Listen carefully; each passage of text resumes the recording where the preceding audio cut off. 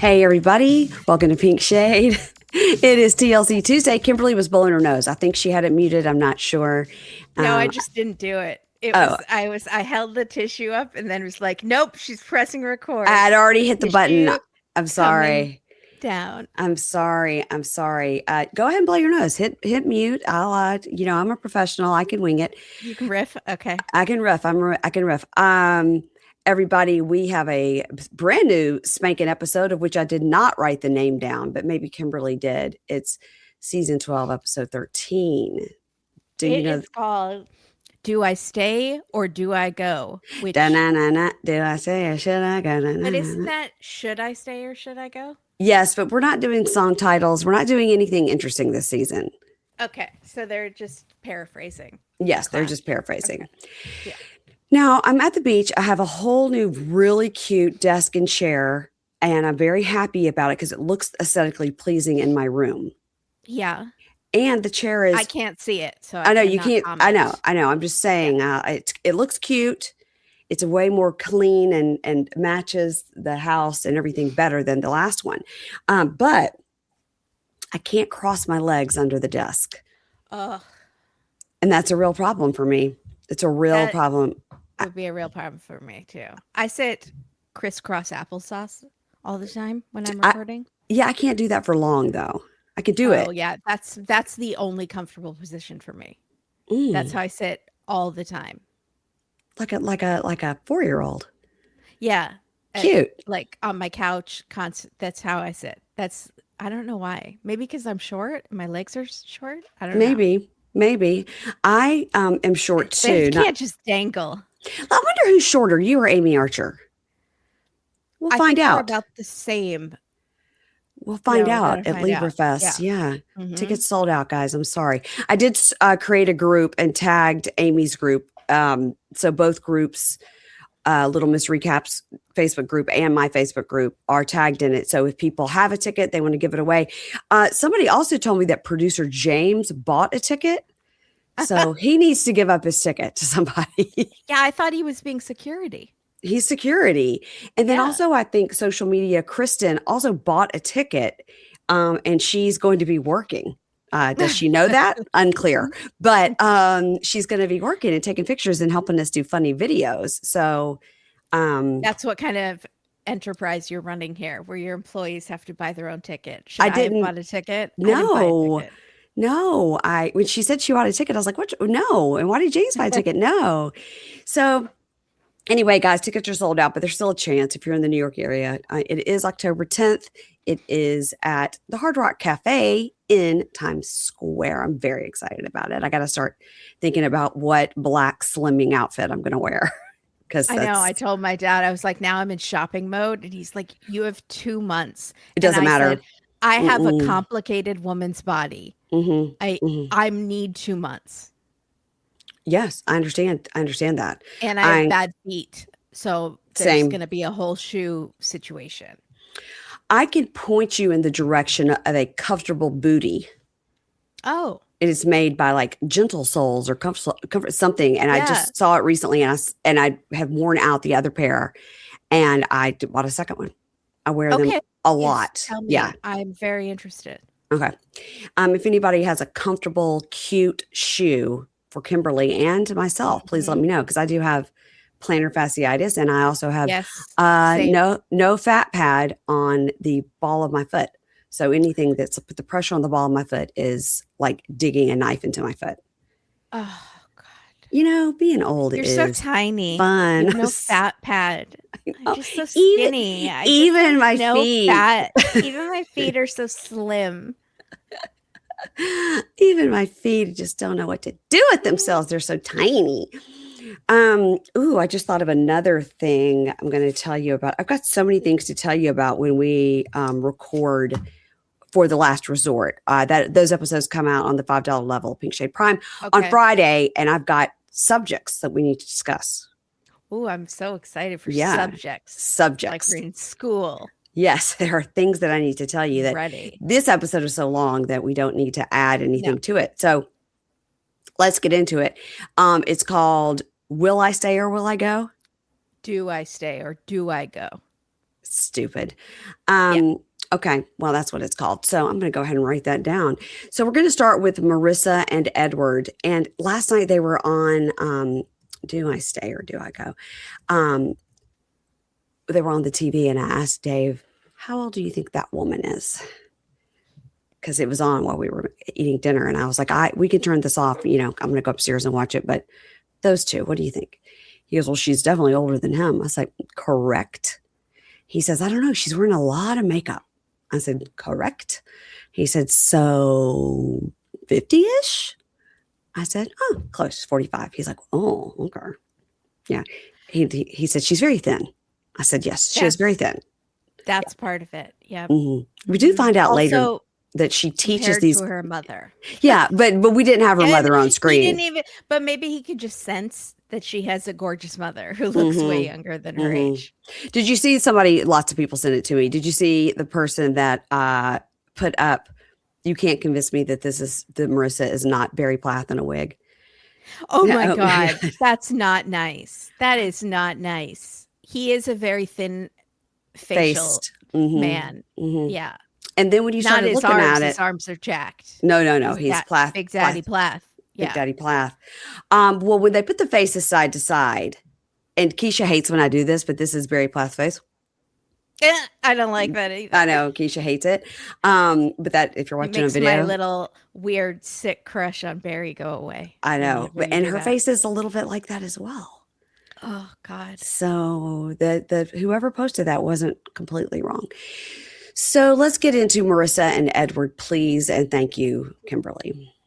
Oh God. Okay, so she's questioning if they should get married. They're at the, waterfront in New York. Picturesque. And picturesque relationship falling apart. That's what this show is. So he starts to laugh and says, I can't believe it. And she says, I can't believe you can't understand how I feel.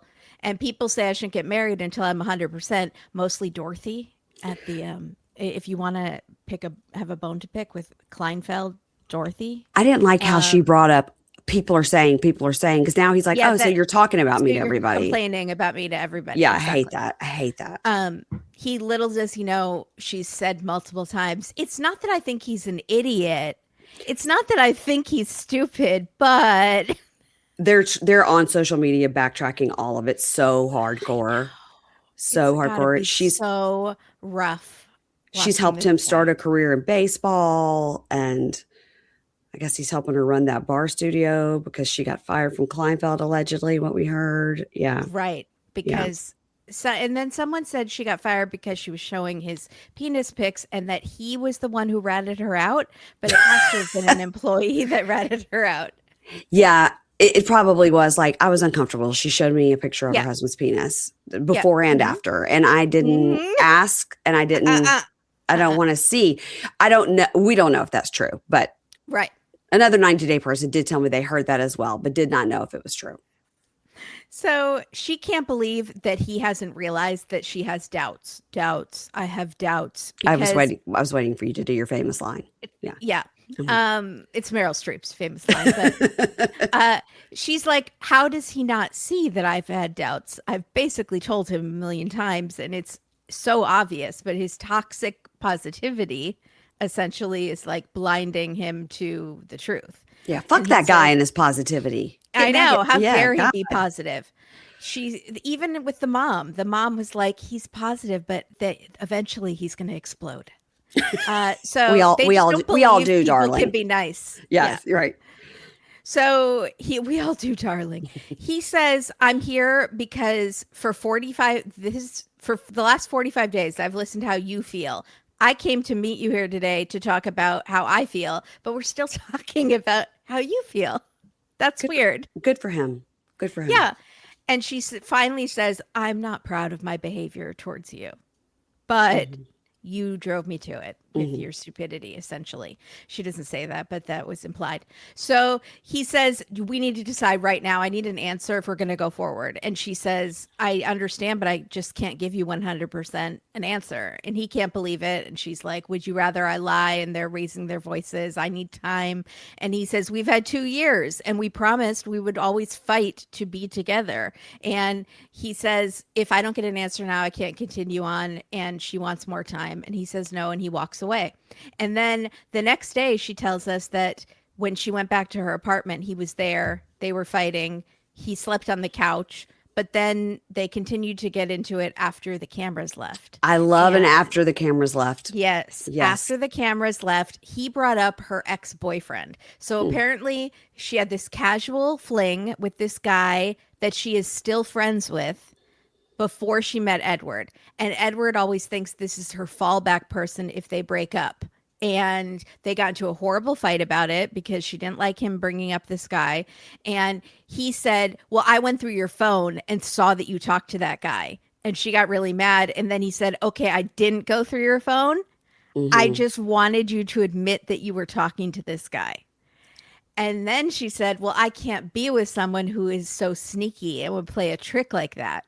So now it's the next day and she asks, why did you do that? Why did you behave like that? And they're at a restaurant. And so they're trying to act really polite every time the waitress comes over. But then it goes back to like a whispered fight. And he says, I was upset about our conversation. So that's why I acted that way. And she said, do you think the reason I'm not sure about us is because I'm friends with this guy? It has nothing to do with that guy. It has to do with your stupidity and the way you fix the fence. Obviously. Is this guy going to be at the tell-all, you think? Yes. I bet he will be too. I want to meet him and see what does he look like. Me too. Me too. Yeah. So he says, I'm not a jealous person. Kind of seems like you are, but yeah. Okay. But I couldn't think of another reason why she wasn't sure about us unless there was someone else. Well, there's really. You're stupid, remember? Remember that you're stupid? That's the issue. It has nothing to do with someone else. And maybe you are stupid because you're not realizing that. Like maybe she's right because you seem to think this has to do with someone else. So Marissa says, I was really thinking, wow, Edward might leave me if I don't figure this out and I need to shape up. Essentially, you had the upper hand for about 5 seconds last night. And then you pulled this stunt and I was like, fine, leave me. I don't care. And then I got my upper hand back. And because of your dumb stunt. And you have to realize I'm not trying to hurt you. And in fact, everything I do is to help you. When I tell you that you're stupid and you're doing everything wrong, it's so that you will improve your behavior and not be so stupid. Right. And she says, I'm worried you're going to do something like this again. And that now I see you as a manipulative person that could do something like this. Do something like this is to say, I looked at your phone when I really didn't. To get you to admit something. Yes. Okay. Also, she's still friends with this guy. Is it like he's in the neighborhood, he's coming to the barbecues, or like he lives in the city and Edward's like, so why are you going to the city? That's kind of my thought. Yeah. Yes, totally. Why do you need this apartment in the city? Right. Have you been in your apartment in the city? Right. So, which is not a euphemism. It just meant literally the apartment in the city. And she says, this needs to stop. This behavior. And he says, don't give me attitude. And he says, I'm apologizing for my mistake last night, but it doesn't change the fact that I still need an answer about if we're getting married. How much longer do you need? She says, I don't know. Let's revisit this in 2 weeks and maybe we can each make a list. And my list is going to be telling you all the things that you are doing wrong, which is essentially what I've been doing every day since you've gotten here. But it's going to be on paper this time. And you can make a list of things that I've done wrong, even though I haven't really done anything wrong. And so we can, she's like, maybe we can make this list of what we're expecting from the other person so that I can have more confidence going into this marriage. Because again, it's about her. It's still all about her. And so the waitress comes by and it's like, could I get a pen and paper? Oh my God. And he's like this. He does the fakest smile, like, thank you. We're just trying to make a grocery list. Thank you. Thank you so much. We're a happy couple. Happy couple. So they get the piece of paper and she's like, what do you need for me to feel secure? And he says, well, I want affection without asking for it, like begging for kisses. Okay. And she's like, okay. And he says, sometimes you get aggravated and it would be helpful if you told me that you're stressed and it has nothing to do with me because I tend to spiral and think that you're mad at me. She is. And where is number 3? You're a bitch. You act like a bitch. Please don't be such a bitch. That would help That's me. it. That would help me not spiral. That's the top of the list. Yeah. That's what I would put. So it should be Marissa's list of how not to be a bitch, and then detail how she could not be a bitch. Hey, it's officially a hot girl summer, and this is the time of year where I literally thrive because I love to go to the beach. And to me, there's nothing better than getting outside in the salt air and just looking at the ocean. It's such a good reset for my brain. Now, if the beach is not for you, any little change in your routine can give you a great reset. And that's why I love all the products from Thrive Cosmetics. Every product is 100% vegan, cruelty-free, and made with clean, skin-loving ingredients that work with your skin, not against it. Now, lately, I'm very into Thrive's Empower Matte Precision Lipstick Crayon. There are 18 buildable shades. It's super creamy, which is great for those of us ladies of a certain age. It's lightweight. It's not sticky. I really love it. I've got one here at my podcast desk and one in my purse. And I always want to tell you about their Liquid Lash Extensions Mascara. I wear it every single day. Every time you see me on YouTube or wherever you see me in the wild, I'm wearing it every single day. And the best part about it is how it just washes off with warm water. It's great. And did you know Thrive gives back?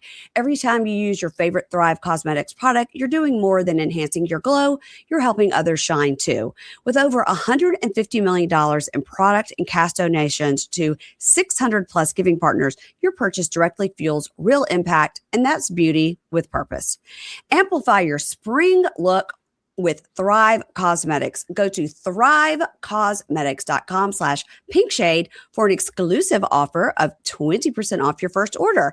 That's Thrive Cosmetics, CAUSEMETICS.com/pinkshade. And let me know what you got. Y'all, by now, I hope you've seen my ad on Instagram for my perfectly snug smart topper for my mattress. Was it cringy? Yes. Did it get the point across? Yes.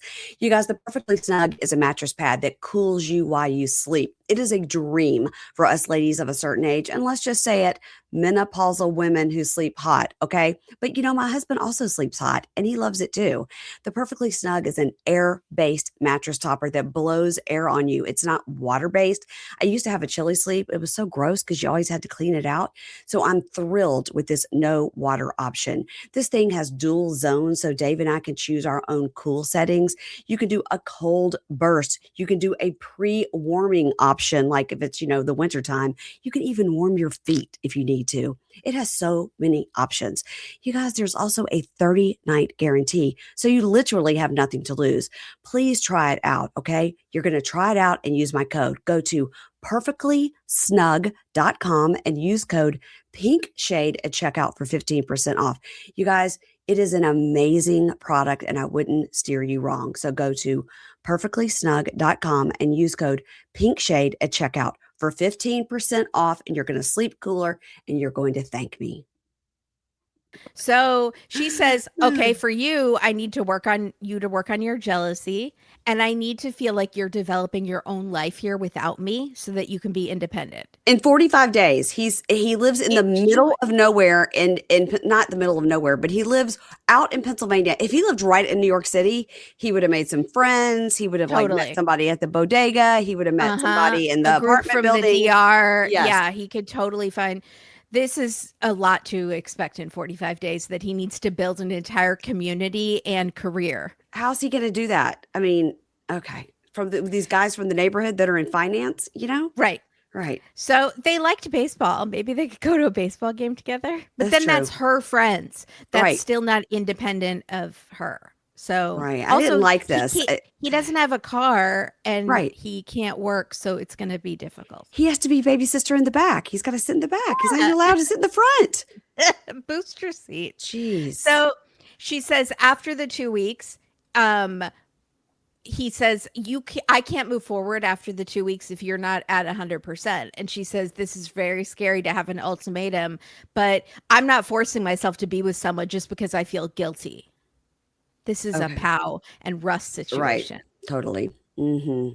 So 2 weeks is 14 days. So that is point, not a lot of time. They'll be at 59 days. So they'll be 1 month out from the wedding. Okay. Yeah. Okay. We'll see. Go forth and find a community. You have 2 weeks. You have 2 weeks to find some friends. Good luck. Yeah. Ugh. Okay. Let's move on to Ashia and Maxwell. So they're on a boat. Now, they're doing this aerial shot of the boat. And they're all on a boat. They're all in life vests. And Maxwell says, oh, this would look familiar to you, Rod, because you live in Mississippi. I was like, say what now? Rod? Where do you live, Rod? So I looked up. Want to hang out with Rod? No, I mean, I don't live in Mississippi. Judge your relationship? No, but I was interested to know where he lived in Mississippi. And then I looked it up. And Alabaster, Alabama is like 2 hours from the Mississippi border going in near Meridian, if anybody understands. So anyway, he says he does live on the Mississippi River, which would put him. I hope he's never fallen in like me. It would put him near. That might have been Natchez. What happened with my liver just years later. No, I don't think it would last that long. So we get this overhead shot. And did you see one of the sisters is like, I mean, like when I tell you she is in a life vest in a full slumped over dead sleep position. I love it. And I would like to remind you guys that we did expose last week that it does take 10 days to 14 days.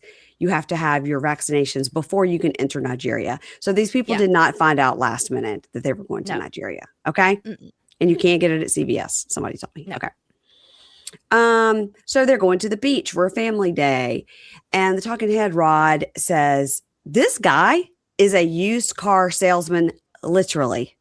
And I was like, Rod's right about that. He is a used car salesman. I didn't put that together. Rod says, there is nothing sketchier than that. They just tell you whatever you want to hear on that day. So I think he's done a good job conning Ashia. Rod's not giving an inch. Just to play devil's advocate. Okay. I might say, don't get mad at me. Okay. That someone who's very religious and claims to be getting personal messages from God. And then tells people what God wants them and others to do with their lives. Okay. Might be the con artist. Okay. You're talking very low, but what you're saying is. I don't want people to get mad at me in case they really think she's able to speak in tongues and is getting personal messages from God. I think that she thinks she is, and that's all that matters. Okay.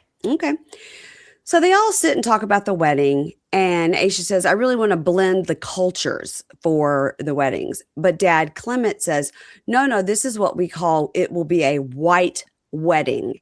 And he goes, what does that mean, a white wedding? And he looks at Rod and says, like we inherited it from you white people. And Rod says, Rod goes, last time I checked, I am fully black.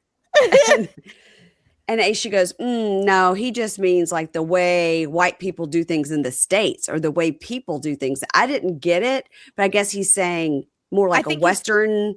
Yes, you are a product of the white system. Yeah. I guess that's what he was saying. But it was pretty funny because Rod's like, last time I looked, I was all the way black. It was hilarious. Yeah.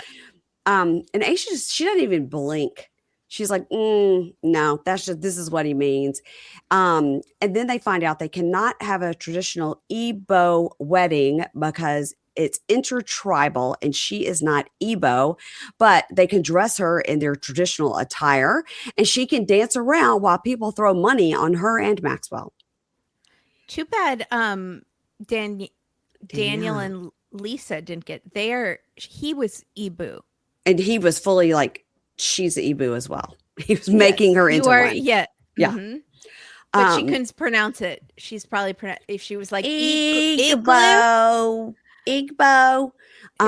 So Aisha's like, listen, I'm not taking my clothes off, but if I have to dance around to get some money, that is fine.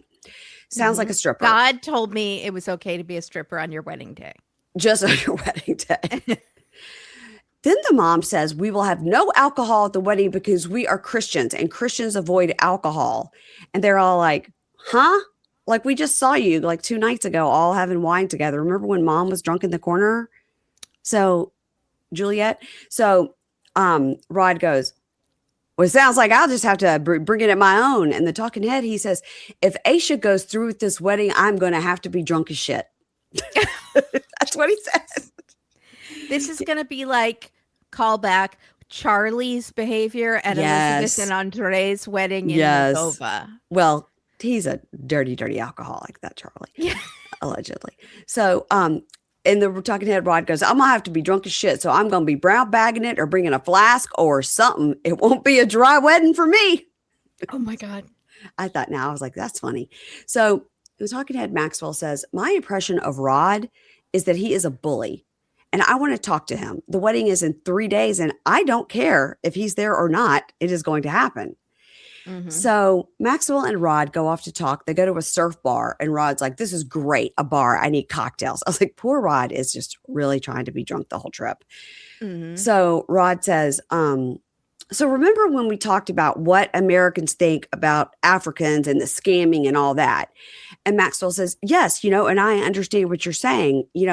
Unfortunately, I'm in an environment, and I don't know if he means with his job or just Nigeria in general or guys his age or what, but he says where 4 out of 10 guys are engaged in scam activities. And I've been around. I thought he's admitting it. He's not trying to be like, what are you talking about? Right.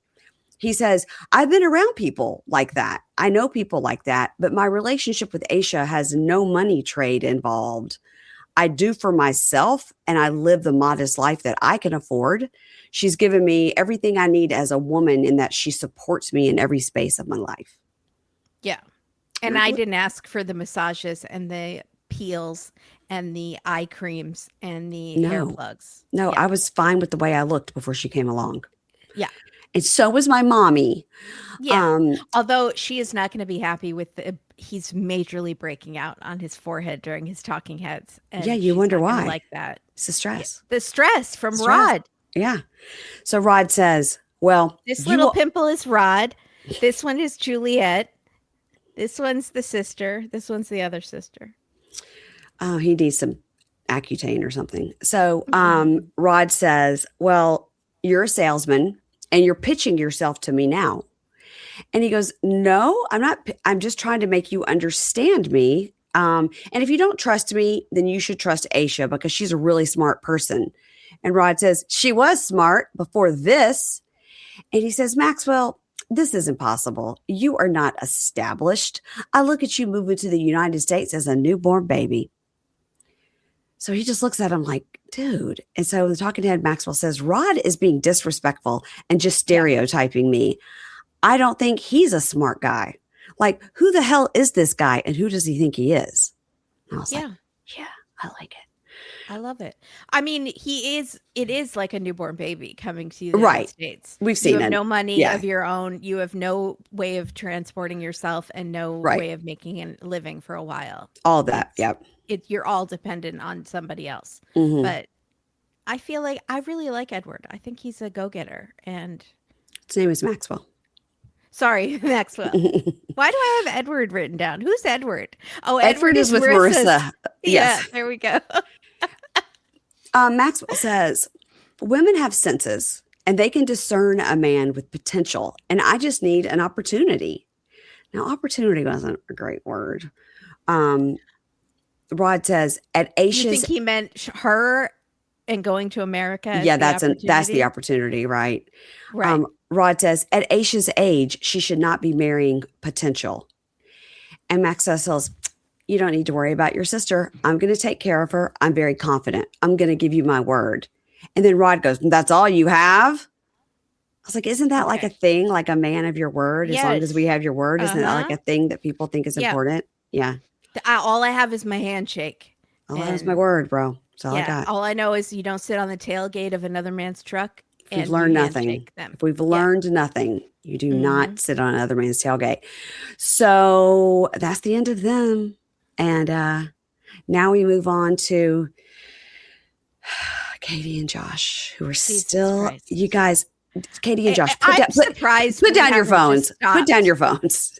Put down your phones. I'm literally surprised we haven't just stopped. We haven't just been like, this is Big Ed. We've decided we are no longer recapping them. This girl, God, I mean, I just hope that when we see her at the tell-all, she's going to be like, I have been in, these 12 types of therapies, yes. Mm-hmm. Intensive programming, and because she's going to need it just from the social media bullying. I know. And they've got to get off social media, the two of them. Every day there's a new posting. Every day. Yeah.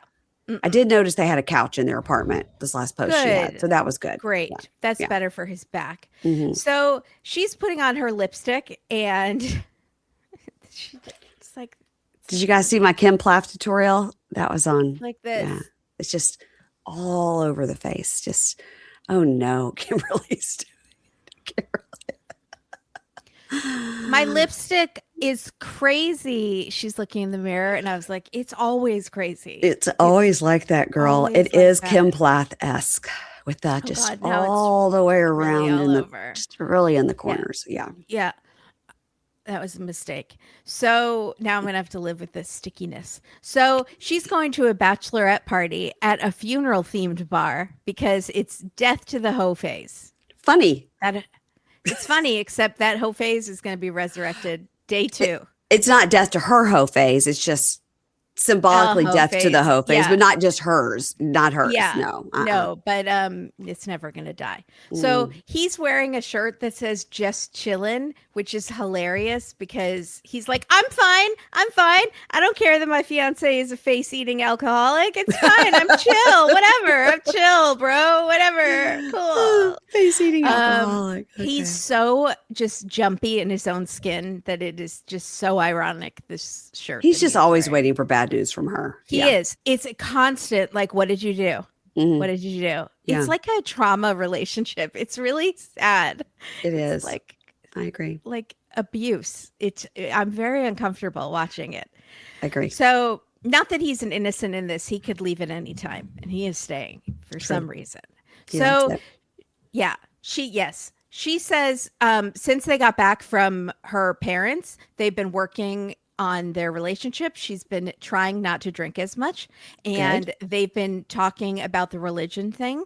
And she says, I was thinking of being on my best behavior tonight to show you that I can have fun and not drink too much.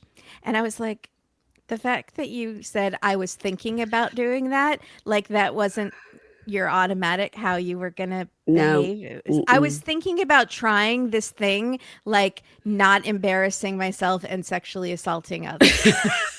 What do you think about that idea? Experiment. It's just an experiment. I was thinking of trying it. So she says, what if you were to give me a grade tomorrow, what would your criteria be in my performance tonight? And because she doesn't know like what an appropriate behavior would be. And he says, well, number 1, don't get intimate with someone and don't black out. And she's like, okay, so no making out and no blacking out. That's great. They rhyme. That'll be rememberable. Yeah, she did say that. And that was concerning. Yeah. And then he goes, also maybe no throwing up in the road. And then, and he's like, yeah, vomit control would be good as well. So no making out, no blacking out, vomit control. Got it. I can do that. I can do I'm it. going to try at least. So hard. Her friends have a limo and a sash that says bride or die. And the limo's all decorated for like a ghost tour or a funeral, but it was much more a ghost tour. It was like skeletons, things that you don't actually have at a funeral. You know, that would be awkward if you did. Skeleton heads. Yes. And they're already doubting if she can settle down. So there's lots of talking heads of them just being like, yeah, this is going to be interesting because I don't know if she can do it. And then Catie starts out in the limo by saying, everyone tell me their favorite Catie making out story, because I won't be doing them anymore because I'm trying this new thing. And so one of them says Catie visited her in Belgium and made out with a bunch of her friends, including this guy that looked like a D&D dungeon master. And one of the guys ended up getting so concerned by her behavior because she was making out with so many people that he decided to follow her to make sure she was okay. And Catie, he's texting the friend saying, I'm following her because I'm worried about her. And then Catie texted the friend saying, this creepy man is following me. I'm going to run away. I mean, that's really how she met Josh, because he walked her home because he was concerned about her behavior. Exactly. She's a danger to herself. Yes, she is. And others. Mm-hmm. So they're like, we're going to miss her stories. I think she might be less fun. They're not helping. They're not helping. She might get a bunch of mouth STDs and a sexual assault charge, but we're having fun from her behavior. So that's all that matters. It's fun for us to talk about the next day. Yeah. Yeah. So it's not fun when she's actively trying to shove her tongue in my mouth, but it is fun to talk about the next day. So they play Never Have I Ever at the bar, and one friend has never given a blowjob. I think that's what she was saying. It was bleeped. Yeah. And Catie says, but cock is so fun. But fun fact, Josh has never licked my pee. And she's super wasted already. And one time he said he was going to, but then we just forgot. Because I was drunk and passed out. Yeah. And maybe he does it every time and she doesn't remember. Exactly. So he's going rooter to cooter. Rooter to cooter is what they said on Love After Lockup, and I've never been more horrified. Yeah, he got me rooter to cooter. I was like, whoa. That's going in the pantheon of phrases, much like mac and cheese noises. Yeah. Things that we will never forget and we're scarred for life. Thank you, WeTV. Mm-hmm. Yeah. So they're going to drink to that, like Never Have I Ever. And she's like, but other people have licked my pee. Mark has. So I'm surprised she didn't look at one of those girls and goes, your husband did it. I mean, that's just how she is. She's like, remember when I did that with your husband? It's fine. Yeah. She says, sex with Josh is okay. It's not as exciting as I'd like it to be. The thought of having sex with Josh for the rest of my life sounds very boring. And I'm sad that I'm only going to have him to kiss for the rest of my life. But right now, I just want to focus on our relationship. But maybe in the future, I have an idea. I have a great idea, but I haven't told Josh yet. I just have to talk to him. And then she tells the friends, she's like, so what I really want to talk to him about is like an open thing. And the friends say, sex or just kissing? And she says, I don't know. She says, I'm not good at monogamy. And instead of me being bad and then messing up and apologizing, maybe we could just be open and have fun with it. And then I don't have to change or grow as a person. And so I'm not sure if she's aware that means it'd be open on both sides. I think she thinks just she can get drunk and make out with people at bars because that's all she wants to do is get drunk and make out with people at bars. I don't think it's about sex at all. I know. It's a makeout fetish. It's a makeout fetish. Yeah. So they ask what the rules would be. And she's like, well, I like the chase. I like to chase, but I like when a man puts his hand right on my face and says, Catie, stop. And it's about who's stronger, my face or his hand. Right. And if my tongue can get in there and while he's pushing with his hand away, that means I've won the chase. Girl, it's not good. And you got to go to therapy. So also, again, if a man was saying this, I was just thinking chase. That. Yeah.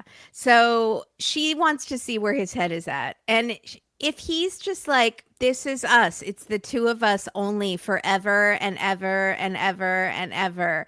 But, or maybe he'll be like, yeah, we could maybe think about that in the future. That would be good.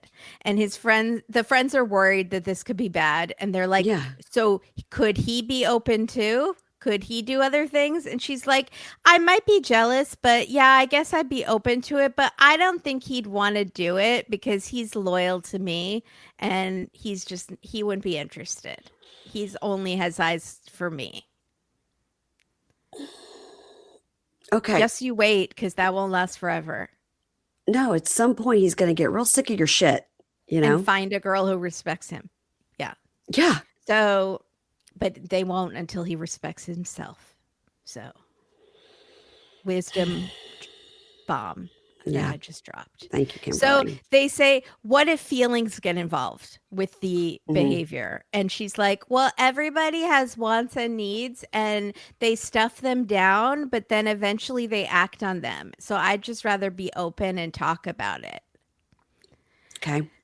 You just don't need to get married. I mean, that's it. Yeah, you just don't need to get married. Maybe monogamy is not for you. Yeah. And so she says, I want to talk to Josh about this sensitively without hurting his feelings.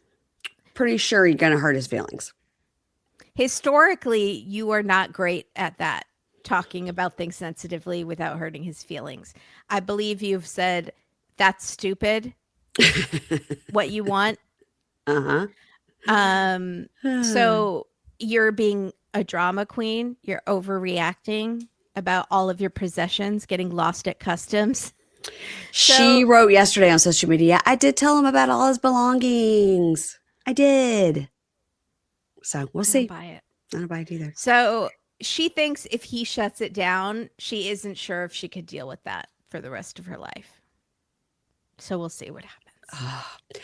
We're going to move on to Shea and Annabelle, and I have a little scoopy scoop here. So, Shea's ex Nicole posted on Facebook in one of these like 90-day fiance group uncensored, just one of these like, I don't know what group it was. It's just some big 90-day fiance group. She's the one that had the baby with him. Yes. We saw her before Annabelle arrived, and she's the one that like Shea would always say wasn't around when she was and stuff like that. Mm-hmm. So Shea's ex Nicole posted on Facebook about their daughter, and he did not even try to reach out to her for her birthday. It was her 20th birthday. Okay, so I sent He has another one that's young. I thought there was a child. Me too. So I thought it was like a 4-year-old or something. Me too. Now I may have started that rumor because that's the way it was explained, that we were married 5 years ago when we had a kid. Yeah. And we couldn't understand where Annabelle fit into that timeline. Right. So on this Facebook post, I wrote under it because she was answering questions. I wrote under it, can you explain this timeline? Mm-hmm. We thought on the show that you guys were recently married and had a young child. This was her answer. I met Shea when I was 21. Our daughter turned 20 yesterday. He led me on for 15 years, off and on, and we were married when our daughter was about to turn 15. So I was correct, and they were only married like 5 years ago. 5 years ago. Yes. Okay. But their child was 15 when they got married. Okay. So I still am confused where Annabelle fits in, because I thought he had been talking to her for like 7 years or something. So we were married when our daughter was about to turn 15. We were married for 4 months. Wow. All capital letters. I left. He did something that was absolutely unforgivable, and capital letters. I left. Twice. She wants you to know. Yeah. He cheated. She put this in air quotes. He cheated with Annabelle when we were married. Okay. 3 a.m. phone calls and such. So we divorced. The only time Shea was good to my daughter was when I was with him. in all capital letters. So she's a random capitalizer. A random capitalizer, and also air quote cheated. Very disorienting. But if they were married and he was on the phone with Annabelle at 3 a.m., that is cheating. Yes. So I don't know why it's air quote. Anyway, we know that Nicole's got some problems here. I don't know. But the point is, the only time Shea was good to my daughter was when I was with him. So that means in those 4 months that they were married, I guess. So I wonder how Allison feels about this younger. Like, I always thought it was a child that she kind of accepted as a sibling, but now it's a child that's 20 who's like, she might be very jealous of that child. That child's in danger. That could be the reason he doesn't give the child too much attention, because Allison is in the mix. But it's very, very interesting because she posted all these screenshots between her and Shea where he's like, I called her and told her to come down to the lake. I said, hey, it's your birthday. You want to come to the lake? And Nicole's like, she doesn't want to come to the lake and hang out with your friends. She's 20, you know? Oh, well, those other girls Allison's hanging out there and she's 27. Yeah, so. I mean, all those girls seem to be like 21. So anyway, I'll buy you an island. That's the inside scoop I got. Okay. Wow. Okay. So 35 days to wed. We open with Shea and Annabelle doing Zumba. And she is telling him, I like a healthy man. I like a sexy man. He's like, I know. And she's like, stretch, kick, up, down, hands up, side to side, stretch. Is pretty funny. But he was doing it without complaining.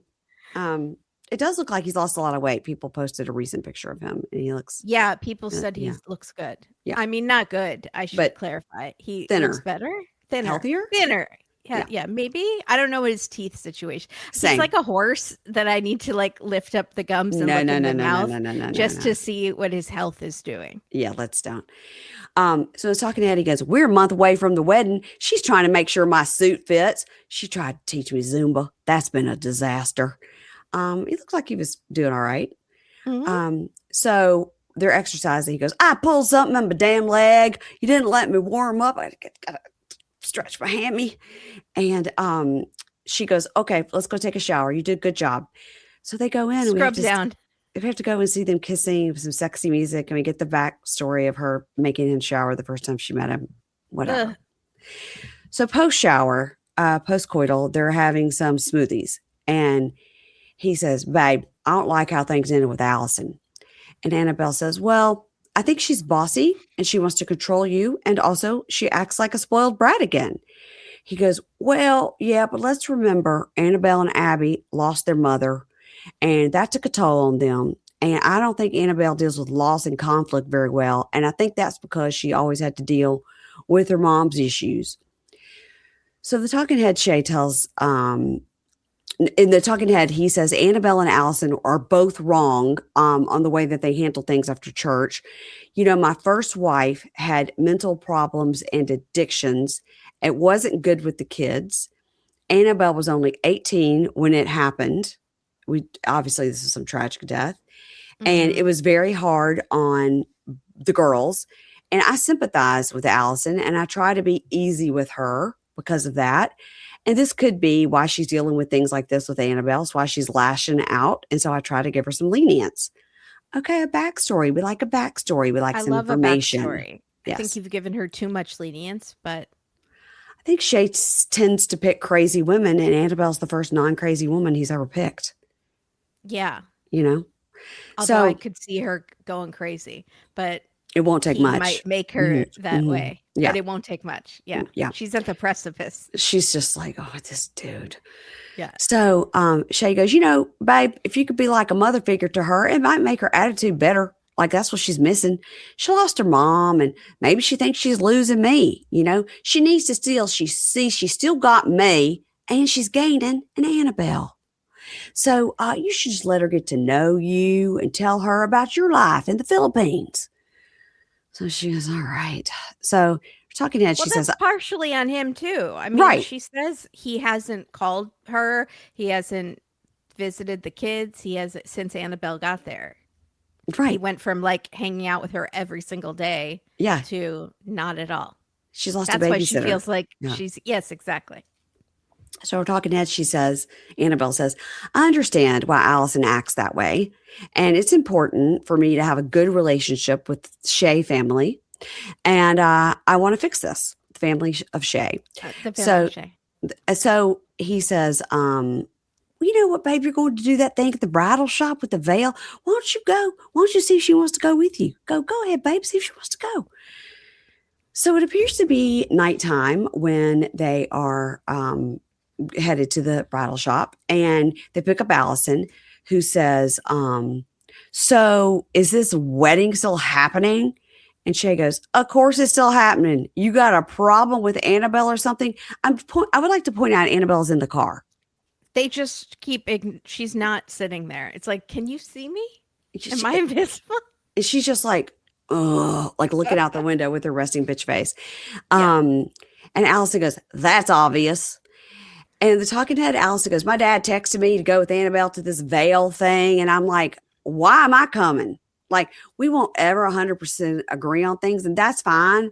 But that church thing really hurt me. She didn't want to do things my way, and it was offensive. That's it. That's it. I like things done my way. And if it's not, it's offensive. So Shea goes to Allison, well, we just need to nip this in the bud, and you need to make amends, and you need to get to know her. And she don't deserve you giving her any grief. She's adjusting to life over here. You just need to give her some grace. And Allison that was good that he was standing up for her. Yes. And Allison says, she disrespected me in my church. She fell asleep in church while the pastor was talking. Cool. Yeah, that was bad. Very bad. Shea goes, well, my dad used to fall asleep in church. And and then Shea says, the bottom line is she's going to be your stepmother and she's going to be my wife. And Allison says, well, I have expectations, and that doesn't make me a spoiled brat. She thinks it's her way, and that's how it's going to be. And Shea goes, I mean, why are you getting on to me? I mean, she's sitting right here in the car. Well, you also act like she's not there in the car. And Allison says, you're the middleman. You stand up for her and defend her. She doesn't talk, and when she does, she's a bitch. She just gives me dirty looks and mean mugs me. I don't think she's only been a bitch at one time. Did you say mean mugs? Mean mugs. She mean mugs me. You know that? You don't know that term? You never heard of mean mugging? This is a Southern thing? You've never heard it? Meemaw. No, you mean mugging. Why are you mean mugging me? No, but I can understand what it means. Yeah. Your mug is your face, and you're mean mugging. Yeah. Okay. It is. It is what it sounds like. Yeah. Yeah. And so Shea goes, now come on now. Don't call her a bitch. Annabelle, can you say anything here? You gonna say you gonna say nothing? And Annabelle literally gives him a dirty look and me mugs him like, no. Nope. Her stares, death stares. Death. She could kill someone. Yes. With those looks. So talking to Annabelle goes, fuck her. I can't believe she called me a bitch. So Allison goes, like, why did I even say that I would go to this? Why did I even say? And Shea goes, I'm gonna tell you something. Even if the president said no, and that's my President Donald J. Trump. My president said it, we're still going to get married. I would go against God himself, President Trump. We are going to get married. Okay. God, Jesus appointed. That's President right. Trump. Just like Ashia. So the talking head, Annabelle says, she just hates me. And if I say anything, it's going to blow up. So I say nothing. It's worse though, I think, just to sit there. Yeah. Yeah. I think it's a power move to say nothing. I like it. Yeah. So they go to the place for the veil. Now we find out that Annabelle bought a dress. She says, we've both been married before, so it's crazy to spend a lot of money on a dress. I found one online for $200. I like this, that she's not, because when she got there, he gave her all these presents. So you think like, oh, well, maybe she's like, buy me this, buy me that. But she goes, that's dumb to spend a lot of money on a dress. I found one I liked online for $200. Yeah, a used wedding dress. Yes, do it. You're going to wear it for 2 hours? Go ahead. Totally. You have to be with all those lake people anyway. Who cares what you wear? You're already going to go in debt over liquor bills. That's right. Wedding. So let's be real. If they're doing open bar, these people can drink. Forget it. Forget it. So she just wants to find a veil to go with it. So she looks good. The dress fits her perfectly. She likes it. It has a lot of lace, she says. So she needs a haircut. She's got all those dead ends that bothered me. But she's given the eye to Allison the whole time. She first sees a veil. It's way too sparkly. I don't know why the lady thought that would go with that dress. The next one is great. She loves it. All right. But they're just glaring at each other. And the poor sales lady is like. The lady's like, this looks nice. She was like, I do. I really like it. It's really good. And Allison's like. This is a great episode of Say Yes to the Dress. I love when there's tension amongst the group and like the sister is being really bitchy for no reason and like makes the bride cry. Those are great. She's just like, Say Yes to the Dress. Yeah. So she says, Allison, I don't want to fight. And I know I hurt your feelings the other day, but I want to be a family. And Allison goes, well, I was shocked you acted that way. And I don't want to be against you. And Annabelle says, I'm sorry. And Allison says, thank you for saying that. That's all you need sometimes, guys. That's all you need. So Allison says, Annabelle says, Allison, this is my second marriage. When I was working abroad, my husband cheated on me and had a child with another woman. Okay, so I thought she was talking about Shea here. Because I was like, didn't Shea also get someone else pregnant? That's what we thought. But we didn't have the correct information. But now we do. Thank you, Nicole. So she says, but when I met your dad, he's just been so wonderful and so supportive. And I know you don't have a mother, and I hope you can accept me as a stepmother. And Allison says, I lost my mom and I missed out on a lot. And then I felt my dad was being ripped away from me, and he's all I have. And I used to call my mom all the time, and she was my emotional support. And I just, like kids act so bad, and you just want to have somebody to call to be like, why are my kids acting so bad? Like being a mother is so hard. Hates her children. Hates her children. I don't blame her. They seem rambunctious. In her talking head, Annabelle says, I got a job abroad in elderly care. She says she was in Dubai working in elderly care. She did it for 7 years and made good money.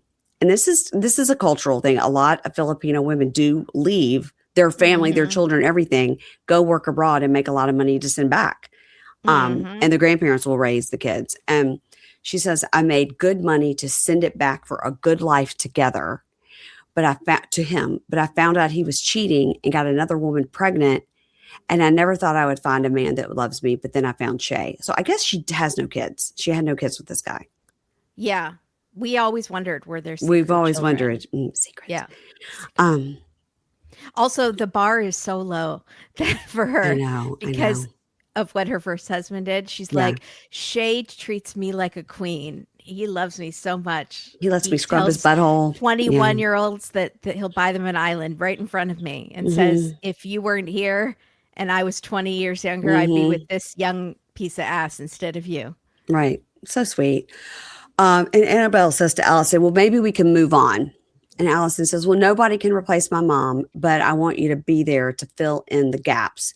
And my mom would want that. She would be happy for that. And Annabelle says, I need a babysitter. And also, you're really great with my kids. Annabelle says, I can be there for you. And they hug. You're talking about. There's so much padding that it's just like, pat, it's awkward. Talking head Allison says, it's hard to miss out on motherly stuff. And my mom did have demons, and that's hard for me to face. But today, Annabelle was more open-minded, and we were able to share our lives and not be in attack mode. And maybe I can go from spoiled brat to just spoiled. They compliment the veil. They said it goes with the dress. She's nice about the dress, and that's that. Yeah, genuine smiles, I thought, at the end. Yeah. She's like, you look really pretty, blah, blah. All right. Thomas and Paula. Oh, God. Yeah. Our manifesting queen. I've got thoughts on this. Continue. So they're going to a cake tasting. He says he hasn't eaten cake in years because there's almost nothing he can eat. He wants something that's good and something that I can eat without severe repercussions. like my throat closing up. And she says, you should be a writer. You describe it so deep, but it's just cake. But it's okay. I admire it. I'm second. I know I was teasing you, but I admire that about you, the way you describe things. She has to walk on eggshells around him. So she'll make a sarcastic joke and then she has to walk it back and be like, because that's one reason I love you. Because you're so fucking hard to live with. Yeah, it's amazing. Yeah. And then she says, I'm sorry I sprayed deodorant this morning, but we're going to be outside all day. And I needed spray deodorant in my armpit so I don't smell. Could she go out in the hall and spray it? Could she go on the balcony and spray it? I know. Could she use a roll-on? I mean, they're just, roll-on. So scent-free. Yeah. But she likes a scent. Yeah. So do you accept my apology? And he says, no, because you're joking about this. And newsflash, I'm not laughing. Maybe you should get a better audience. Newsflash. Oh my God, he's like a 5-year-old. Yeah, totally. So then she says, we're going to pick out a wedding cake. I just want to have fun right now. Can we not fight about this? And he says, it was the most pungent and obscene deodorant I have ever smelled in a while. It was not subtle. Wow. And you know I'm allergic to this. This is a boundary that I need for us to continue to be together. So go to this. He's exhausting. They go to this vegan gluten-free cake tasting. Okay. Yummy. Just kidding. I'm sure it's delicious. It looked beautiful. It looks good. Yeah. I eat vegan products all the time. Yeah. I don't know about gluten-free. I'm sure they're tasty. So he's allergic to milk and gluten, and she's vegan. So, but they're having fun. A lactose intolerant celiac disease. Exactly. Wow, he's fun at a party. Yeah. Okay, yeah. Oh, and Crohn's, right? And Crohn's and severe allergies to just the world. It just smells. He doesn't like smells. He's so lucky he found her. I know. He really should be more appreciative. Yeah. I know. So they're having fun at the cake tasting. She calls frosting juice, and they're laughing about it, and they're feeding each other. And then she says, I miss my family. I'm so excited to see them. They're all coming. 8 of them are coming from Brazil. And he says, where are your parents going to stay? And she says, in our apartment, but not just my parents, all of them. And he says, that's 10 people in 800 square feet.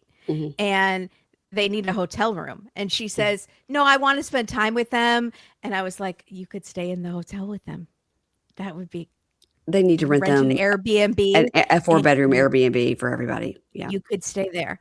And she says, I don't want to ask for permission. It's happening. They're staying with us. And she says, they can have our room. And he's like, no, that's way too much for me. He doesn't even have a couch for them to sit on. By the way, good thing he's got that bed in the living room. Yeah. I mean, that's 4 of the 10 people now have a place to sleep. Yeah. Yeah. So she says, what if my mom puts on deodorant and you smell it? What are you going to do? And he says, I'll just throw it away in the trash. And she goes, no, you're joking. You cannot behave like that. And he says, well, they're staying with us for free. So yes, my rules. And afterwards, she's in a sugar coma and she's like, I'm just so happy. You're lucky I'm in a good mood today. I'm so happy my family is coming, but don't freak out with them. If you put on a big show and it'll turn into a disaster, I will flip out. And he says, well, my apartment should be a safe space for me. Which I agree. I kind of get that because it's like my safe space too. And she says, well, it's our apartment, not just your apartment. He says, but I shouldn't be worried about invasive smells that give me an allergic reaction. It's a very awful experience.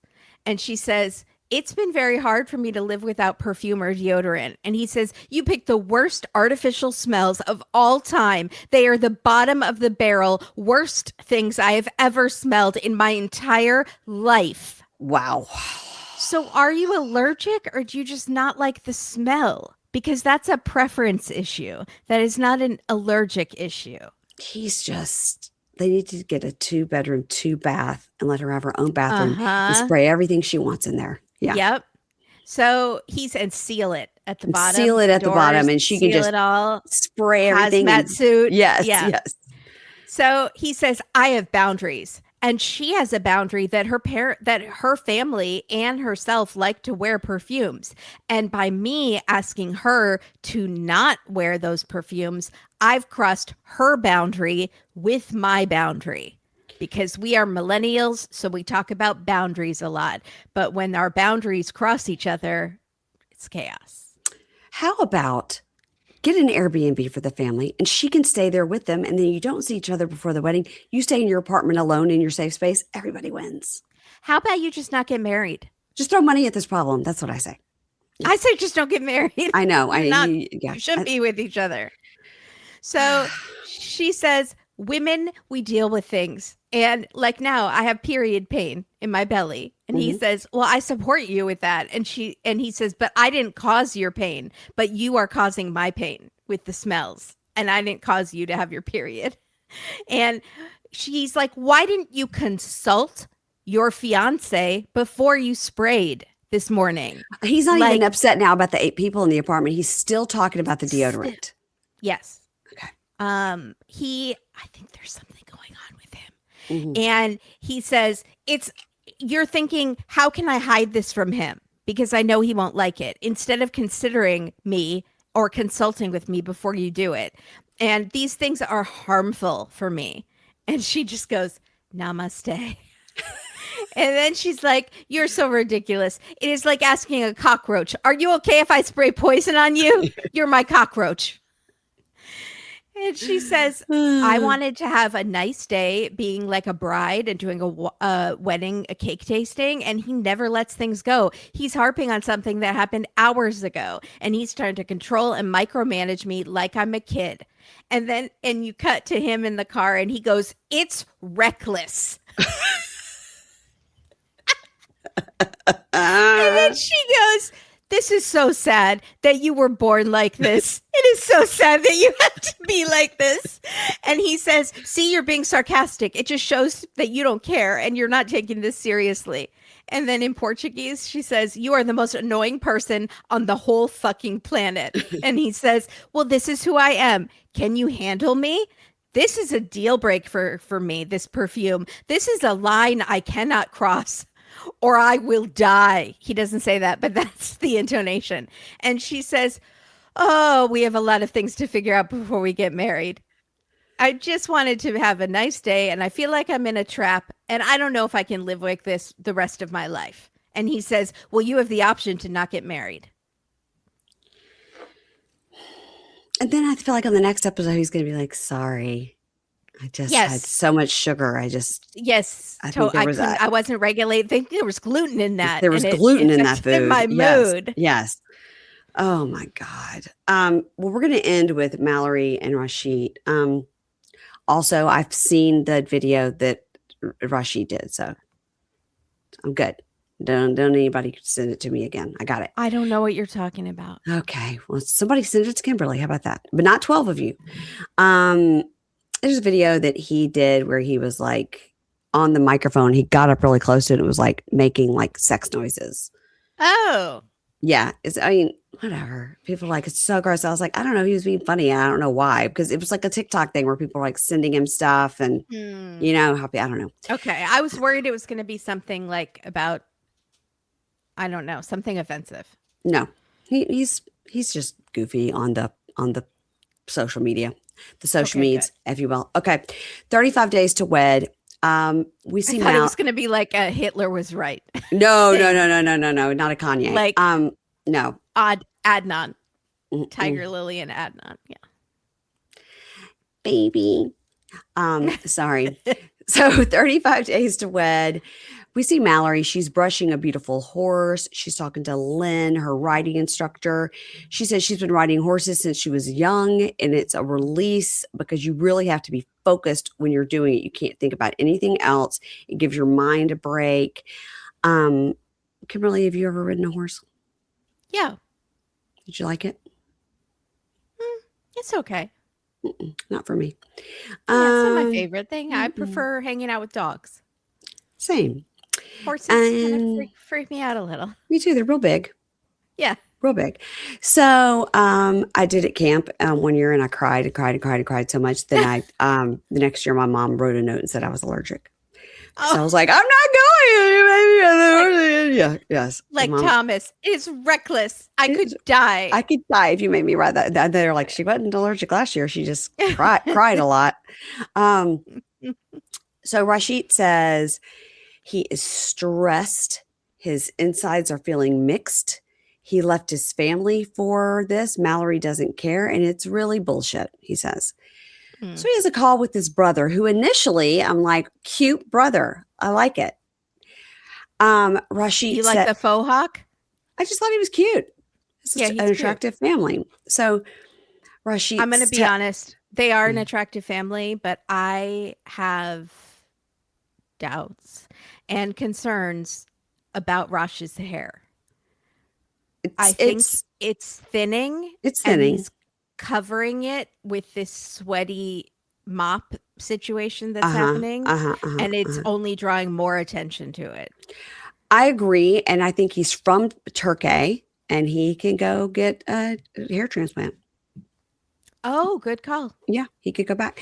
So he has a call with his brother, who initially I think is hot. And Rasit says, she has told me she does not want a baby, but she knows I want to be a dad. She does not want to be a mom because of her bad experiences as a kid. And can you believe this? Like, she's telling me this. She brought it up right before the wedding. And the brother says, if she doesn't want to have kids, why are you there? Tell her you will leave her. And I was like, oh, hot brother. Now you lost me. Yeah. Yeah. And Rasit says, my brother is right. In my culture, my family, family means having a child. And when she told me this, she hurt my heart because I want to be a dad. It is my dream. And if she does not want kids, I don't want to be married. Now, they are both right in this situation. If she really, really doesn't want kids, that is her choice. If he really, really does, it's his choice not to marry somebody who doesn't. So they're both right. Yes. It's just... it should have been discussed earlier, and she admits that was a huge problem, but that's probably how they got cast on the show. You need a secret. You have to have something. Yeah. And I didn't hear her say, I never want kids. I heard her say, I could change my mind in 5 years, but I'm really scarred from my childhood. I really have to feel how the marriage is going to work first. Yes. Unlike Ashia. Prenup situation. Unlike Ashia, who's like, I do not care if the marriage works or not. I will be having a baby, 1 to 4 children. Yeah. God needs a child for me. Right. Now we're at 33 days to wed. They're in the car and he says, why are we even going to look at wedding place? And she says, okay, I understand we're having issues, but we got to pick a venue. It's coming up fast. We got to just keep moving forward. Talking head Mallorie says, it's been a while since we had the conversation. Things are not going better. I love him a lot. And I would be happy if it was just us forever. But he wants a family, and this is not something he's willing to budge on. So they drive to this venue called Creekside. I looked it up. It looks really nice. It's a beautiful wedding venue. How are they not booked? Is this normal in other parts of the country that you can book this late? I am 100% sure that this place was planned and already booked. Yeah. They had to get these people to agree to appear on screen. I am sure that she saw it before. That's just, behind the scenes production. I'm sure that they had to pretend like they were looking, because for her to suddenly be like, what if we did it by the fountain? When the ladies, yeah. And I did go to their website and scour the pictures to see if I could see any wedding by a fountain pictures. No, but the fountain does look very pretty at night. So they look at the gardens, they look at the fountain. Mallorie likes it by the fountain because it's cooler over there and it's very shady. And he says, look, they sit to talk. And that's when those people are like, okay, and we'll be over here. The same that the veil lady did. Yeah. I will let you discuss. Or the archery guy on Last Resort, he was like, I will. I didn't know you're going to have a fight over a necklace. Let me go over here. So he says, look, I don't know. My mind is mixed up. And she was like, oh my God, can we sit down? I'm sweating. So in her talking head, she says, he's being such a Debbie Downer. Just play along. Like, we're looking at venues. Just like, oh. He's being an Eeyore. So they sit and he says, my body is here, but my mind and my heart is not here. I talked to my brother, and my brother asked, why didn't you tell me this before I came to America? And she says, I know I should have, but I wanted to talk to you about this in person, face to face. And he says, I love you so much. And she says, I love you too. And he says, you do. But, first you have the document, the prenup, and you don't believe me. You don't trust me. You don't love me. How, baby? How? And she says, I did the whole visa process for you. And he says, and I did it for you. And so, and they just sit there, and he kind of tears up, and he says, I feel very sad and very bad and very shit. And if you don't want a baby, I will cut this relationship, really. And I'm sorry for that. And she says, okay, I just need more time, because right now I'm not ready. And he says, we're out of time. We don't have any more time. And he says, it's serious now. Like, no more jokes. Like, it's time. And he says, you're playing with me, and this is not a game. This is very bullshit. So we're talking, she says, having a baby is a huge commitment. And I'm not going to have a baby just to shut somebody up. Seeing him have no empathy towards my past makes me question, maybe I should be the one to be like, we can stop right here, buddy. I'm done. What they need is to have couples therapy, to work through it so that they can each understand each other with a translator that could also help him understand it in his language. Yeah.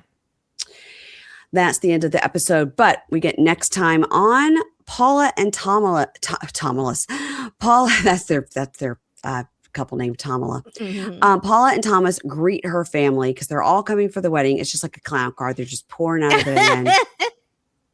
And they walk into the apartment. And he tells the families, no perfume in the apartment.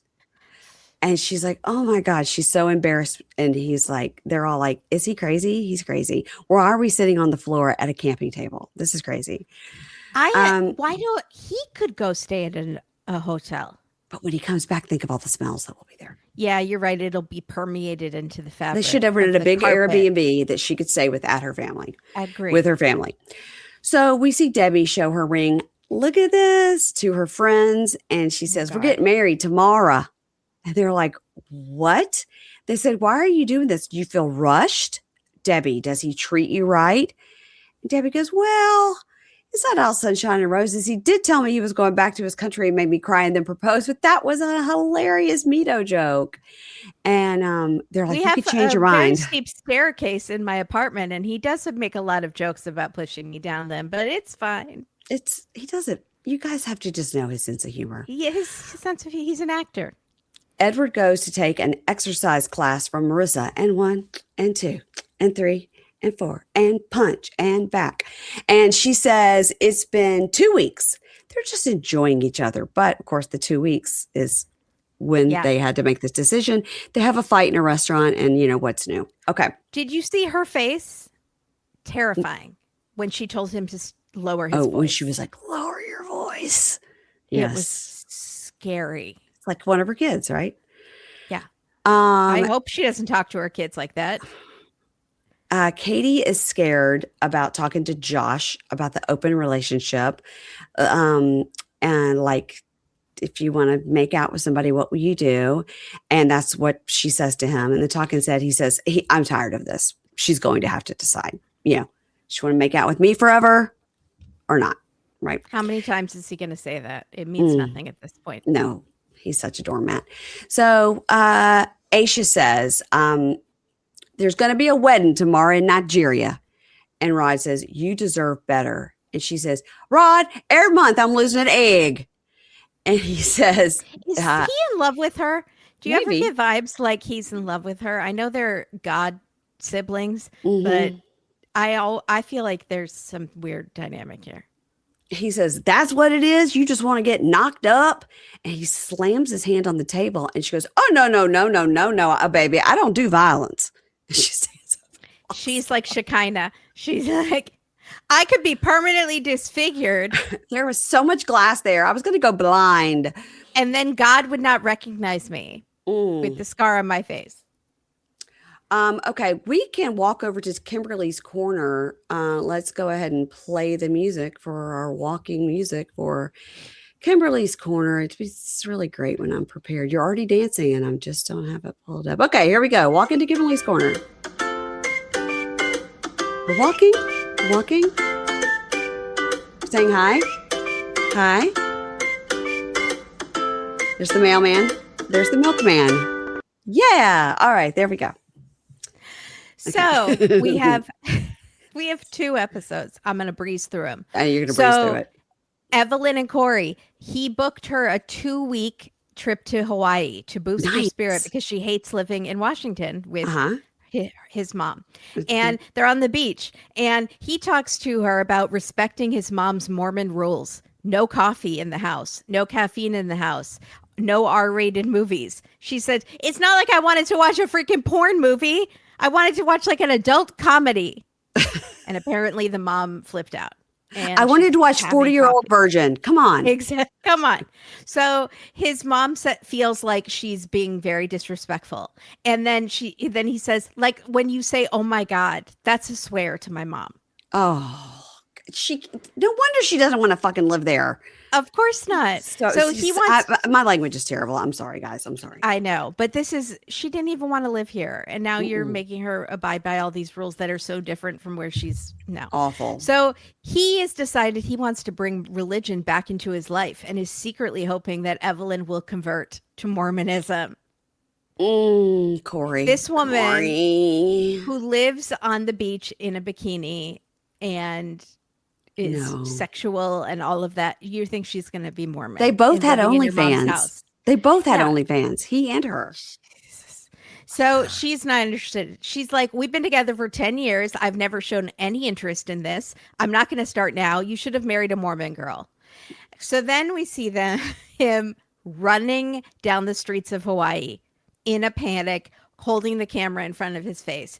He has rented an apartment for them for the week. He forgot to pay for the second week, and they booked the second week. And so, because he didn't pay for it, he had casually mentioned they wanted to stay an extra week, but he didn't pay for it. So they have to move out right now, and they have nowhere to go. So he runs to the apartment. He tells Evelyn, we have to go now. I don't have time to explain. And she's like, what? You're sweating. What is happening? Please explain why. And he's like, we have to go. We have to go right now. It, like there's a bomb about to go off. That's like they're on the lam. Yeah. Yeah. And she goes, this is a pattern. You aren't being a fucking man. I can't deal with this anymore. So then they're walking along the beach on the sidewalk next to the beach. Pulling their suitcases on the beach. Like Muhammad wandering the streets of LA with his suitcase. Yes. He has not been able to find a place for them to stay that night. Mahmoud. Yes. And he's like, I haven't been able to find a place to stay. So we're just like wandering the streets and I'm calling places. She says, I can't live like this. I never feel safe with you. And it's always a bunch of excuses and promises. So luckily he finds a hotel. The next day, he finds a little jewelry shop that is literally out of the back of someone's van in a parking lot. But she has the trays and stuff, and she has a lot of rings. And he says, Evelyn lost both her wedding ring and engagement ring because she hates you. Because she lose money? Them? She was trying to pay for a divorce lawyer? Yeah, exactly. This was not an accident. So he's hoping to make her forgive him by buying a ring out of a van. And so he picks out a ring. Then they go to the beach and she is not even taking off her giant headphones. And he's trying to talk to her. And she just says, she's like a teenager, like zoning out. And she doesn't want to hear his voice. She tells him, I want to stay here. I'm meant to be near the beach. I've told you this. I love Hawaii. And he says, it's too expensive. She says, what about my happiness? And he says, are we even happy here? We don't seem to be even happy here. And she says, I'm happy here as myself, as one person. Like, without you, I'm happy here. Now I'm legally in the United States. Just leave me here. Leave me here. Yes. Exactly. So he, for some insane reason, when she says, I'm happy here as one person, decides to pull out the ring at this moment on the beach and says, I got you this ring. It means compromise and living in Washington with my mom and saving money. And so not cursing compromise. And becoming Mormon. Yes, right. That's not compromise. No coffee either. She says, no, You always do this. You think a grand gesture, which by the way, this is not a grand gesture, that you're sitting on the sand and you brought her a ring out of a van and you think a grand gesture will save everything. And I will not accept that ring. And she starts crying and he tries to hug her and she's like, don't touch me. And he keeps trying to put his hand on her leg and she's like, stop it. And he's just so clueless. He's like a boy that never learned how to deal with women. Yeah. And he's like homeschooled energy. And I mean that in the way that you mean it. Yeah. In the way that I mean it. And I don't mean everyone that's like that, but some people. No, look at Billie Eilish. Yeah. So she says, I have no more energy in me. And if we continue in this relationship, I'm going to become one of those grumpy wives who's sad and mad all the time. And I don't want that. And she says, I might stay here or I might go home to Ecuador, but I'm not going back to Washington to become a Mormon wife. And so the next day, he's at the airport and he is boarding the flight to Washington without her. And he's like, I don't know. Should I be staying? I feel like I'm leaving my marriage in Hawaii. You are. And should I be fighting for it? So cut to her on the beach and she wishes that he didn't leave and he fought for them. But she wants to have a man that takes care of her and treats her like a queen. And she doesn't think he's capable of that. So he's flying off alone. We wish divorce for them. Yes, absolutely. Yes. Yeah. So he is a dud and she should not be dragged down.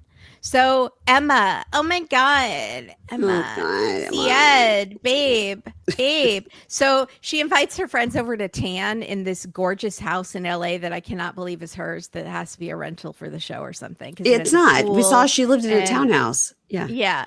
And they're talking about like, I can't believe I'm still single. And they say, because you keep dating fuckboys. So she talks about Zied. Apparently, the timeline got clarified here. She was with Zied. She had an affair with Rob before that. So I thought it was after Zied, but it was before. She was started sleeping with Rob, friends with benefits. Before she was even on the show? Yes. How would they have met? Exactly. It's very weird. They met on social media, she says, on like Instagram or something. Well, maybe she was like, I'm going to be on the show next season. Oh, no. She says on a dating app. They met on a dating app before she went to Morocco to meet Zied. So maybe she had been cast on the show, but she hadn't gone yet.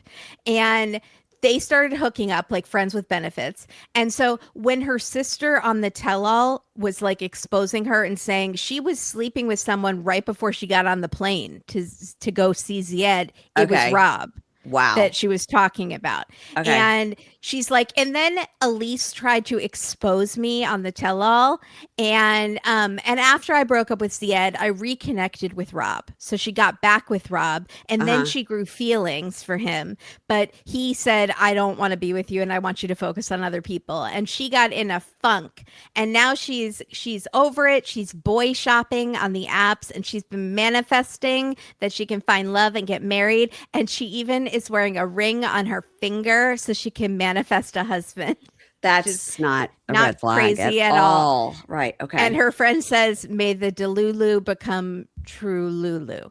And then she goes with her sister, her twin sister Izzy, to get Brazilian waxes because the next man to see me naked will be my husband. And I don't want him to see me all hairy and gross.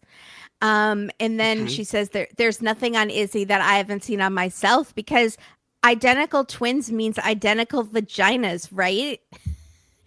And then Izzy gets her butthole done because she likes doggy style and it's a lot. And Emma says, the one difference between us is I don't have a hairy butt. Izzy has a hairy butt and she's the bitchy twin. And then Izzy tells her that she's in love with the idea of love and she sleeps with men before she even knows them. So then Vea and Sunny with the eyebrows, but he's gone, and David, the dog walker. So she got really sick with this benign brain tumor and she was bedridden. She almost died. They got married in a courthouse because he realized like she was very sick and he didn't want to lose her. So, but now she's getting better and he's going to propose for real and they want to do a real wedding. So they're also looking at houses to buy. So they go to look at a house. She wants to start a family and pop out babies and get chickens. Everyone wants chickens on this show. Do you remember when she kept saying to Sonny, we could have such a cute little life. We could have a cute little life and we could have cute chickens. That's what she wants. Yeah. Picket fence. Yes. Yeah. Cute life. She grew up in a weird cult. So yeah. And I'm pretty sure she's back in it if you follow her on Instagram. Yeah. Yeah. Well, she almost died. That does it for people. I feel no, like. You and I both recently almost died and we didn't join a cult. Well, but we didn't start at one. Well, that's true. That's true. We have no cult to return to. Okay. You're right. Good point. So they go to look at this house where he is going to do this proposal for some reason, even though it's just a house they're looking at. It's not a house they're buying. And she's complaining about everything, like hates everything about it. And they go outside and she's like, you're going to have to check me for ticks. And I don't want to get bit by a mosquito. And he's like, I hope she stops complaining because I still need to do this proposal at this house for some reason that we don't understand. Okay. So in the backyard, and she's still bitching about everything, he gets down on one knee and she says yes, even though they're already married. And then she feels really bad for complaining. Get off the ground. You're going to get another tick. Yeah. But it's cute. I'm happy for them. So, okay, Jasmine. She is trying on hats to go to her lawyer's office. Her hair is completely different. Sometimes it's long, like 2 inches. Sometimes it's no inches. Yeah. Basically, Gino's lawyer is being secretive and not revealing Gino's finances. And Jasmine says to the lawyer, I wouldn't have wanted any of his money if he hadn't treated me so badly and tried to get me deported 3 times. And now I want to fuck him over. And I get it. Like, yeah, get yours. That's fine. But also, do we really believe she wouldn't have wanted any of his money? No, I would believe that because she's got Matt now. You know? That's true. Yeah. So then she goes to her first divorce hearing and she has to tell Matt what's going on. She's like, I'm going to fight for 50% of whatever he made when we were together. Wow. And he says, I don't understand why you don't just sign the papers and get this over with. You're going to spend a fortune to get almost nothing. Like, it's not worth it. We should get married now because my mom will not get off my ass about living in sin. So do you still have feelings for him, or do you just like the drama of fighting with him? And like, why are you doing this? So he's mad. So she does this meeting on video with a judge, and she's going to tell him what she wants. And she wants to I want to teach him a lesson that you cannot bring happy people from their country and treat them like garbage and then try to send them back. Wow. I was like, okay. True. But were you happy? I don't know.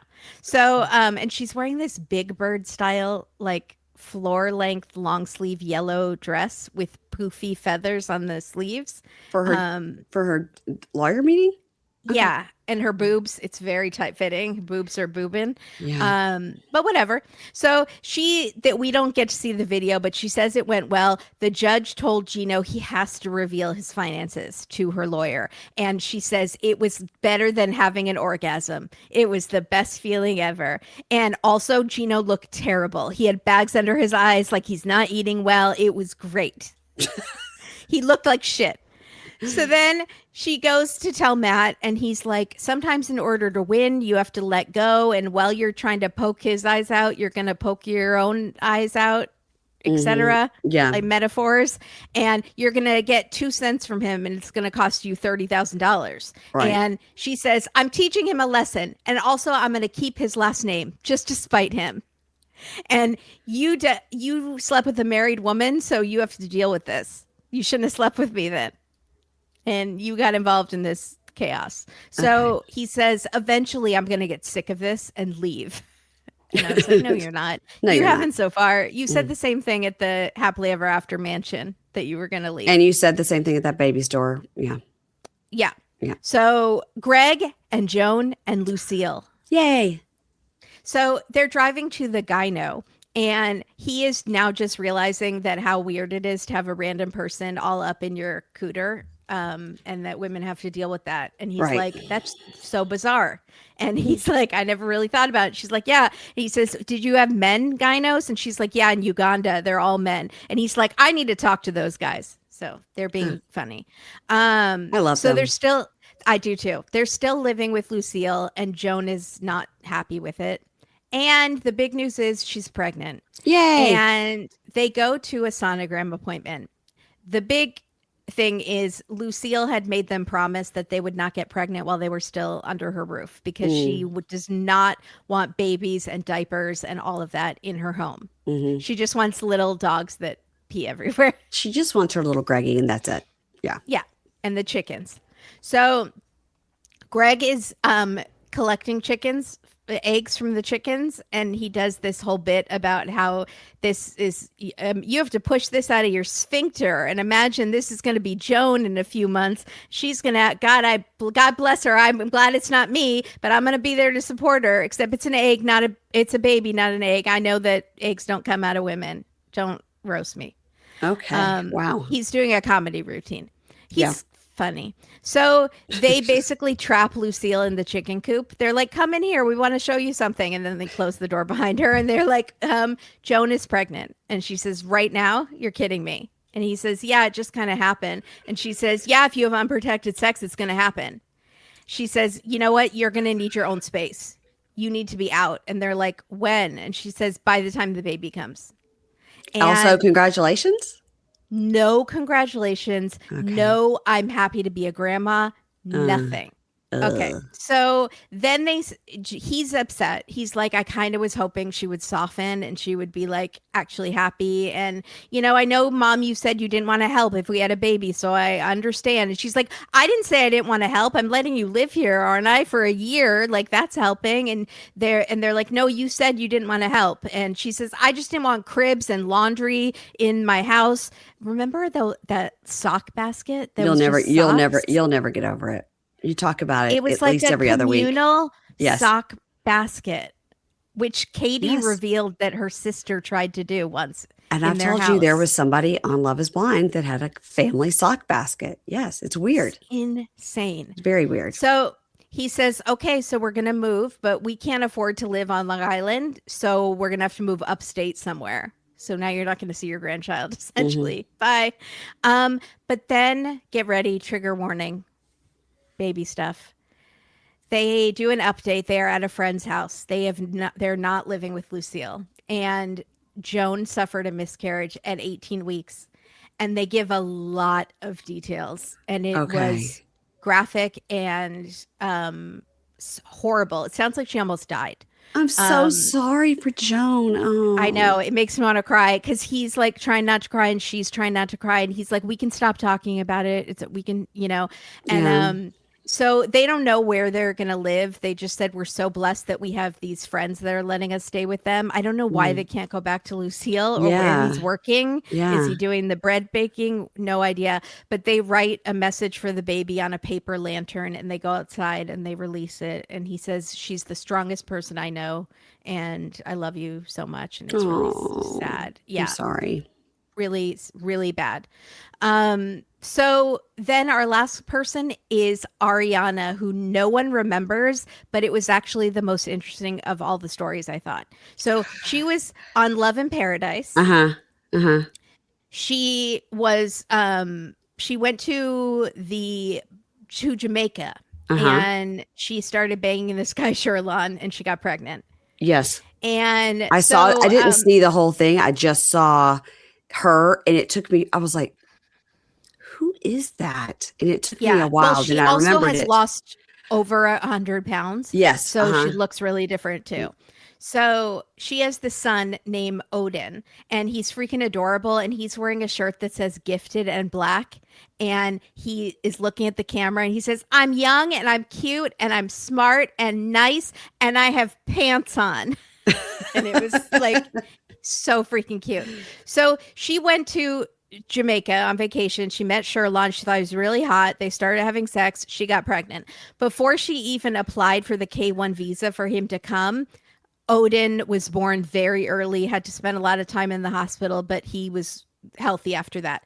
after when he was a year old, she brought him back to Jamaica to meet his dad. Yeah. That's when she found out Sherlon had been sleeping with a bunch of other women and had no feelings for her and didn't really want to be with her. So they met because he like worked at the resort. Like it's the tale as old as time. Yep.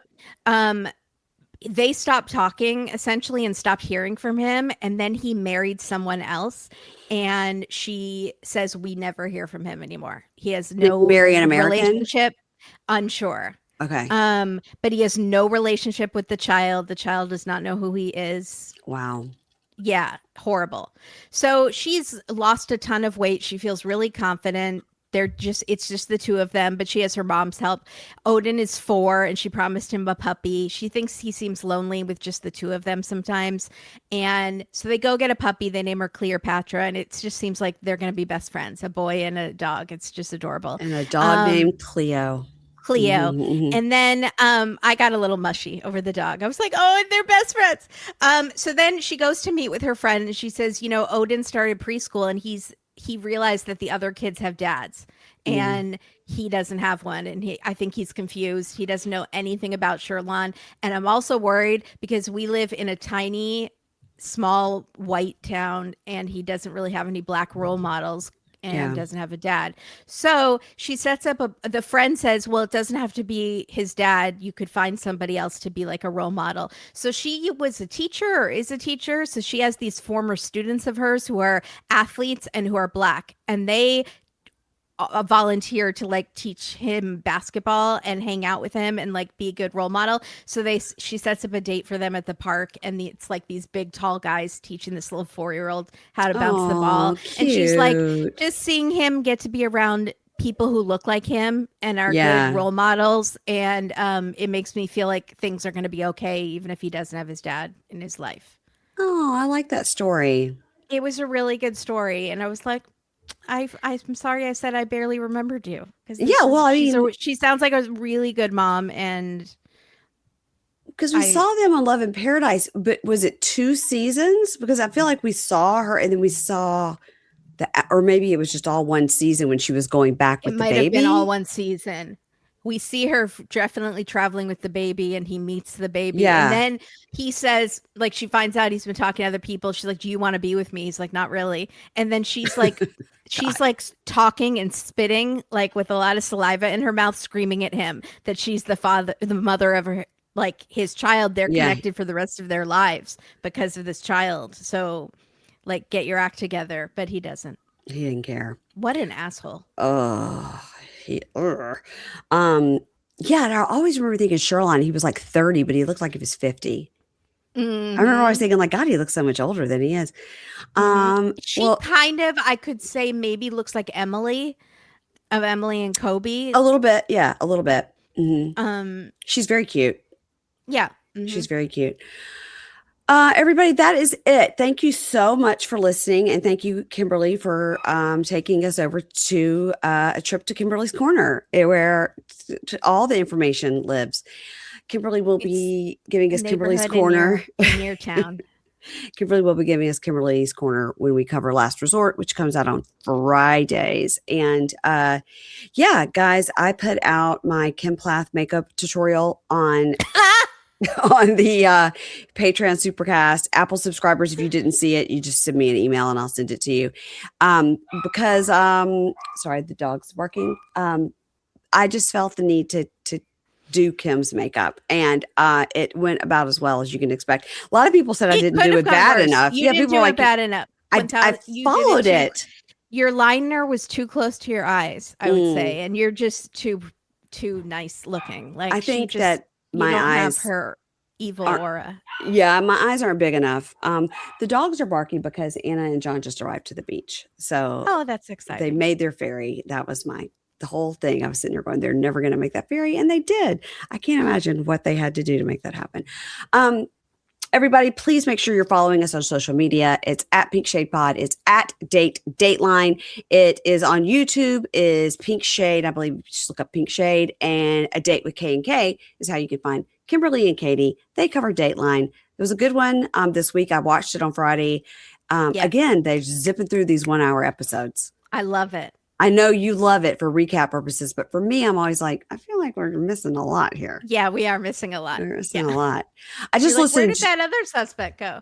I just listened to a very good podcast called, I'm going to have to find it. It was about a murder in Austin, Texas. This woman named Celeste, who killed her husband named Steve. I'm going to look at my library. I'm going to look up the word shotgun because it was like love and lies, love in a shotgun shell. Love, lies in a shotgun shell. And it was about a murder in Austin. And I had not heard it. You may watch it and be like, oh, they covered this on Dateline. So if anybody knows anything more about that trial, let me know. Because it was, it wasn't like a super well done podcast. I'll say that. But because it's so old, there's no commercial. So you just zip right through the whole story. And there's a surprise appearance by Matthew McConaughey. So, hey. Really? All right. That's right. Is he one of the suspects? That would be amazing. No, it's just the guy that does it is like a local reporter, and he tells about reporting on when Matthew McConaughey got arrested for playing the bongos naked. Yes. And so I was like, you got to like drop that. Has nothing to do with this murder, but okay. That's it, everybody. We will see you. I'll be here this week with Deanna Chang to talk about Pop and Bravo. Tomorrow is the Welcome to Plathville rewatch with Keisha. That's on the page feed. And that's what we got going on. So thanks for listening. Make sure you leave a 5-star review. Follow us on social media, all the things. Okay, bye. Bye.